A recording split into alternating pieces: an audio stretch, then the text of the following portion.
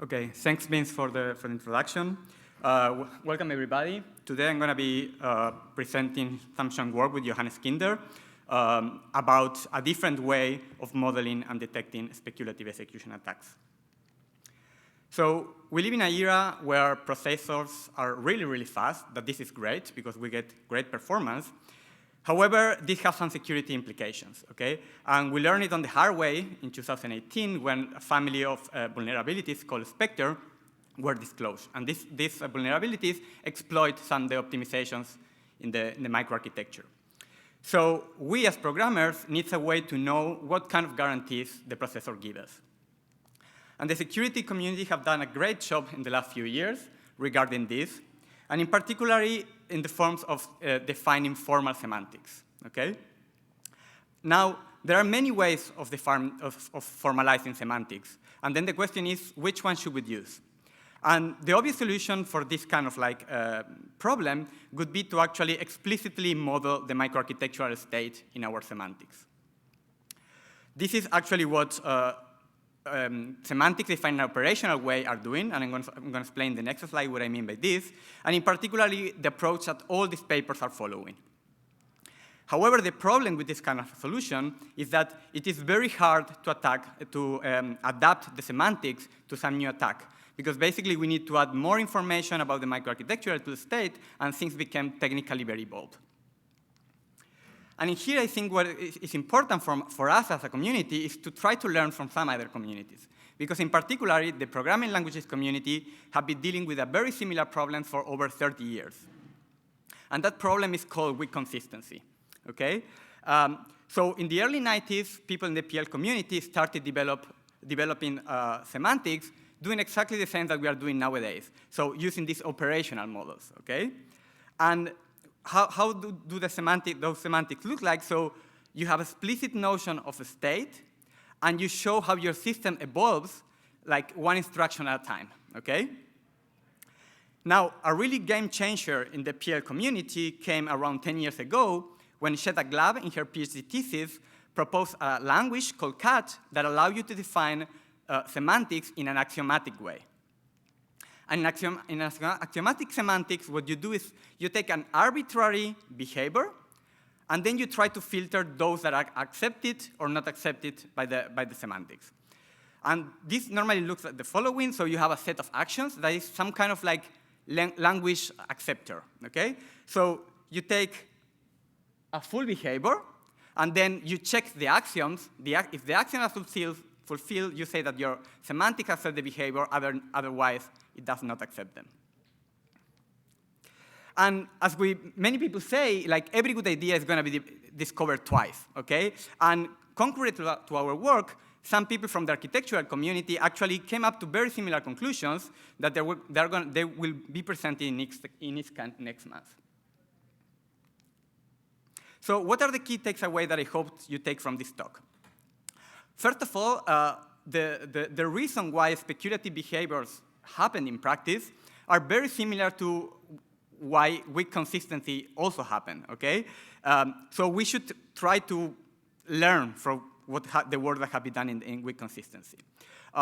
Then defining semantics in an axiomatic way is very modular, and it easily allows us to adapt the semantics. And finally, this is a way that allows to give guarantees without really putting too much implementation details on the semantics.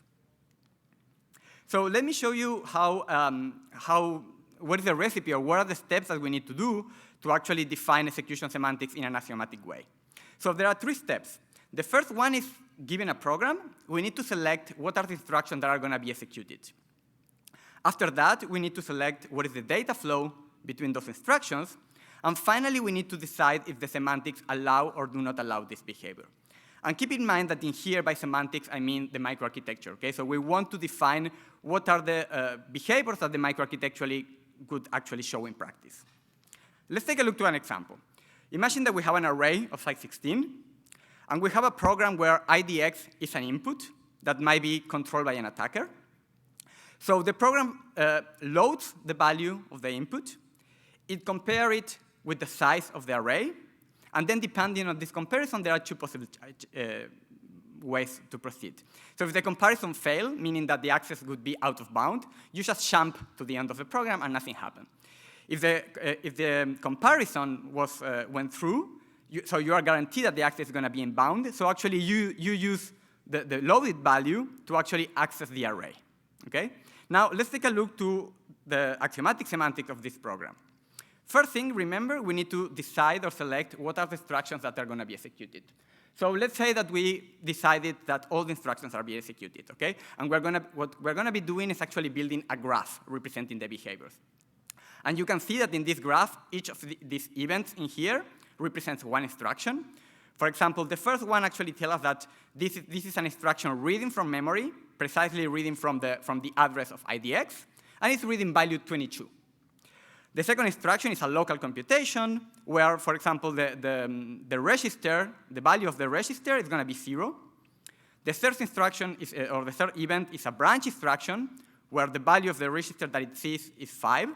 And finally, the fourth event is again a read instruction that is going to be accessing address A plus 22. And if you remember, our array has 16 slots, so this actually is going to be an out-of-bound access, so it potentially might be reading a secret.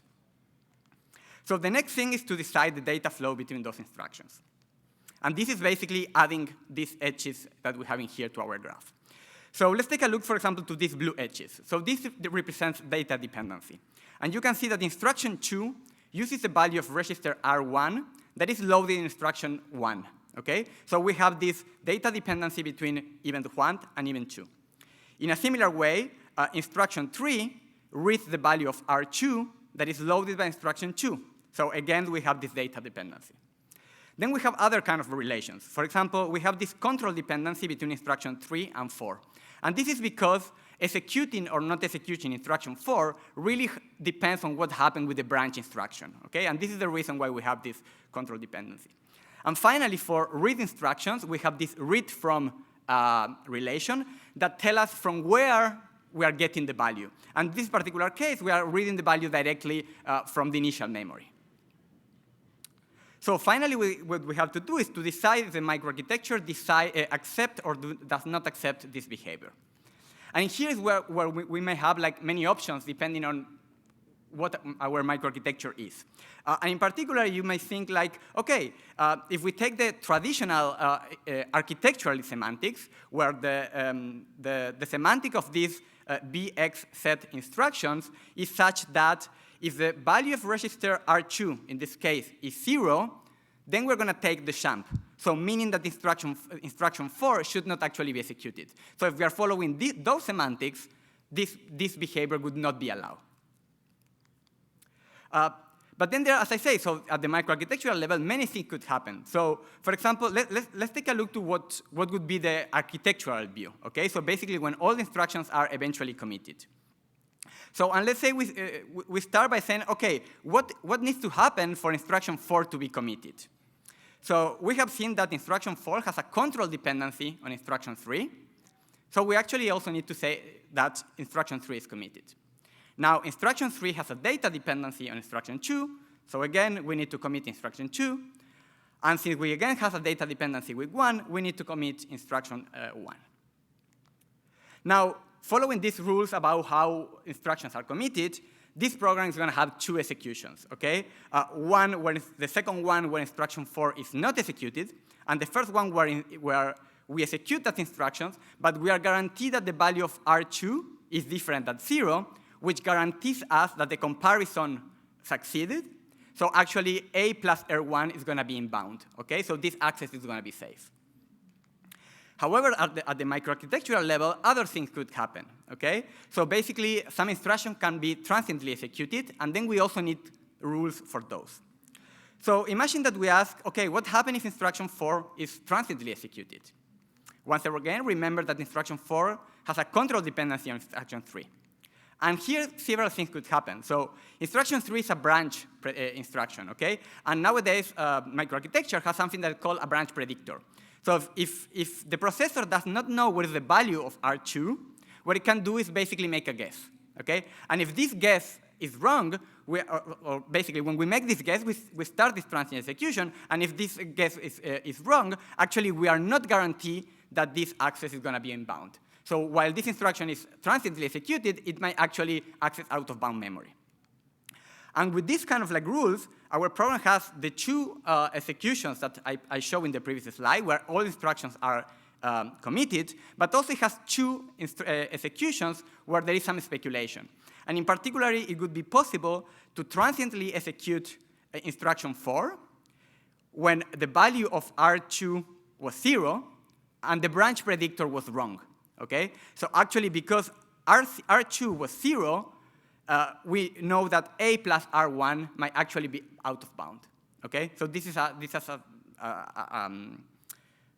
dangerous access. And in the paper, we actually have defined all the rules that, about how to derive what instruction has to be committed on transient. But this was just about the control flow. So processors can also speculate about the data flow. And here is where this CAT language coming from the weak consistency work comes into play. So in CAT, you normally define your semantics using some, so take a look to the bottom. Here we have the semantic of an in-order processor. So basically, you have a bunch of relations that you can define more. For example, we would say that the communication relation is the union of coherence, read from, and the reverse order of read from followed by coherence. And then the axioms tell us that the union of communication with the program order has to be acyclic. Okay? Now, if we take a look to the behavior that we have in here, so this is a slightly modified program with no control flow, but normally you could think like, okay, this program is going to be safe because before accessing the array, and the first part of the program is actually masking the value to be sure that the access is going to be inbound. So in here we have a behavior where we define this read from relation, and in particular this behavior is saying, okay, instruction 4 is reading the value from instruction 3. And since it's reading the value from there, we're guaranteed that R2 gets a masked value. And basically we know that then instruction 5 is going to be inbound. So this is going to be a safe access.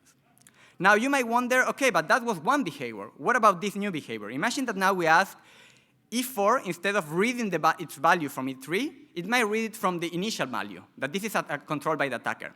If that's the case, R2 is not guaranteed to be inbound, and actually we might be accessing the secret.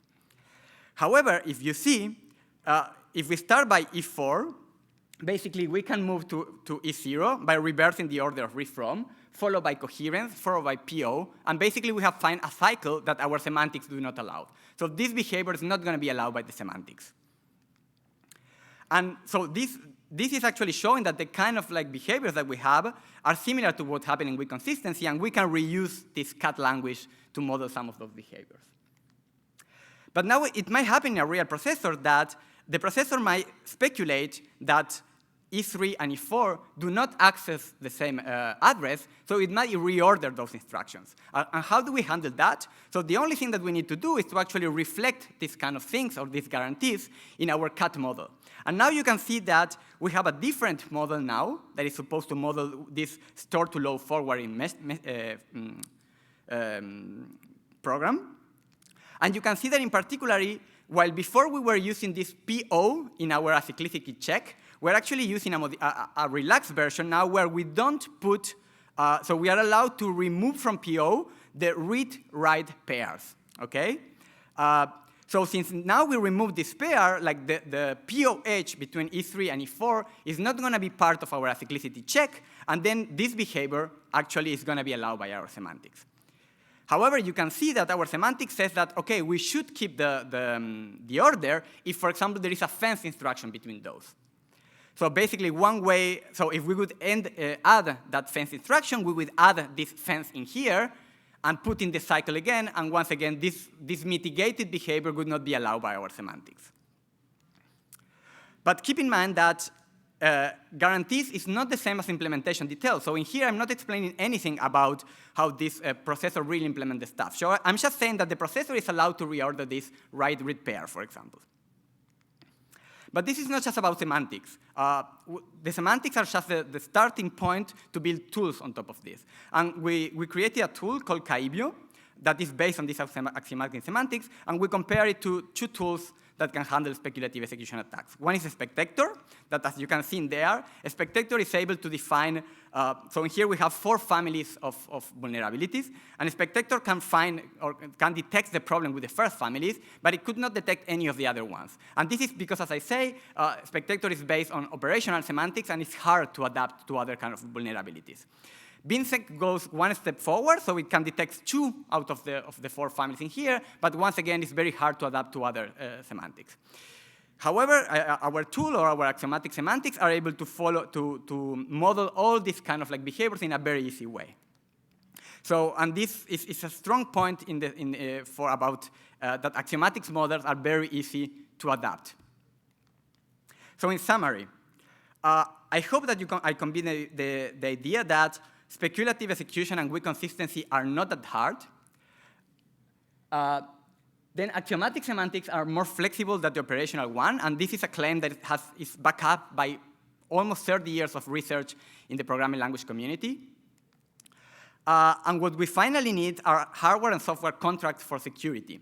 However, it's very important for me that we don't really want to define this contract like adding all the implementation details. So we want a nice level of abstractions where we only show the guarantees that are given. And I think that these axiomatic semantics are the nice way of doing this. Thank you very much.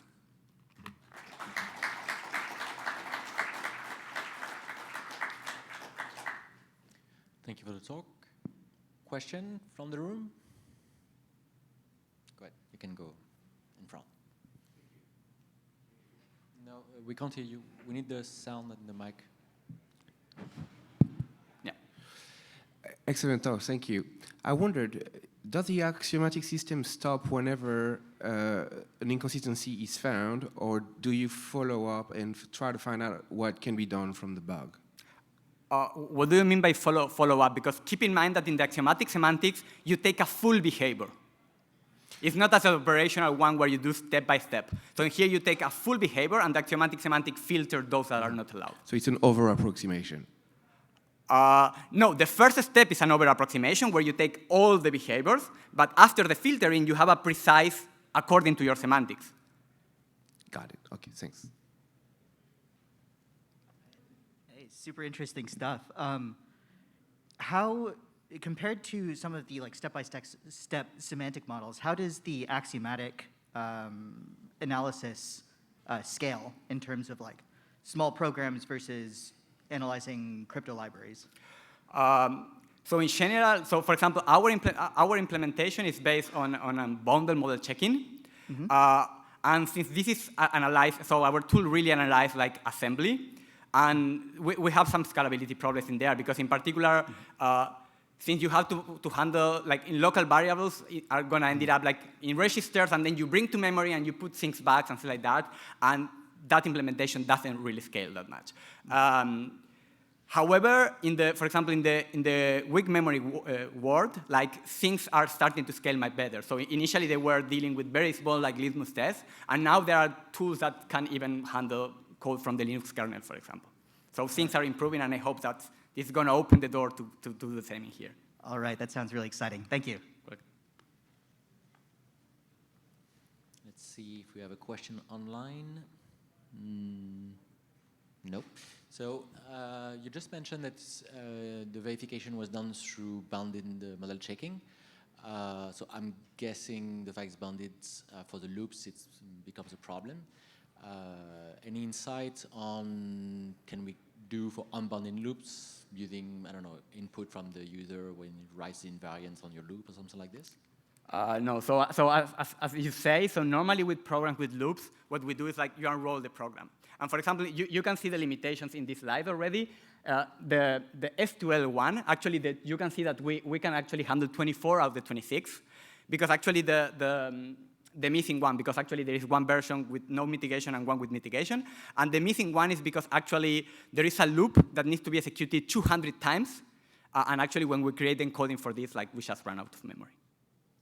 And do you see in the future a way to write invariants on your loops rather than just unfolding everything? I'm not sure, to be honest. I think that even, for example, in the weak consistency world, like things like normally, like people perform bounded model checking, and the best that you can do so far is just unroll all the loops that you have. So coming up with invariants. Like in the user-defined. Yeah. Okay, thank you. I think we will stop there. Anyway, we are right on time. So thanks again for your talk and your questions.